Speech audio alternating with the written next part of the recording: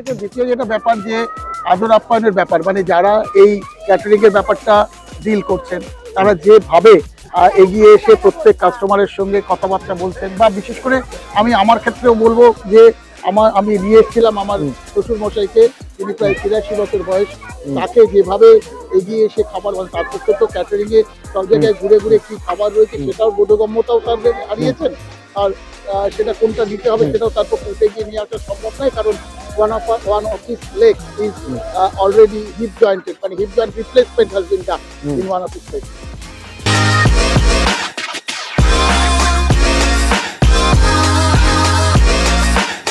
খাবার প্রত্যেকটাই খুব ডেলিশিয়াস, এবং সব থেকে বড় কথা শীতের বাজার, আবার গরম সার্ভ করলে পরে সেটা একটা আলাদা মাত্রা পায়। সেটা বাড়িতেও আমরা দেখেছি যে খাবারটা যদি গরম দেওয়া যায় সেটা যত যাই হোক না কেন সেটা একটা আলাদা মাত্রা। এবং এখানে যে ধরনের খাবারগুলো দেওয়া হয়েছে, তারপর ধরা যাক যে মাটন কষা, fish kachori, fish fry, in particular fish ফ্রাইটা খুব ডেলিশিয়াস ছিল। সব জায়গায় ফিশ ফ্রাই ঠিক মতো করতে পারে না, এখানে মানে যে মাটনের অংশটা, ফিশের অংশটা যেটা ফ্রাইয়ের মধ্যে দেওয়া হয়েছে সেটা খুবই খুবই রেয়ার।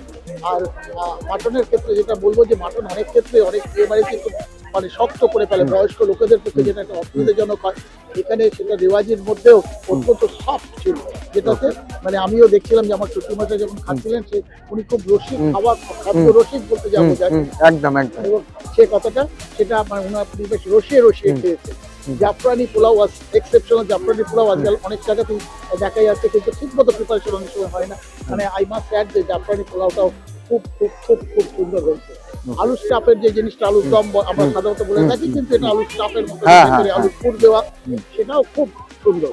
আচ্ছা, আর ওদিকে চাটনি, ফ্রুট চাটনি যেটাকে বলা হয়, ফ্রুট চাটনিটা তো মানে বলার অপেক্ষা রাখে না যে এতটাই ভালো হয়েছে, বলার অপেক্ষাই রাখে না। তো রাজভোগটা সত্যিই খুব সুন্দর, সফট।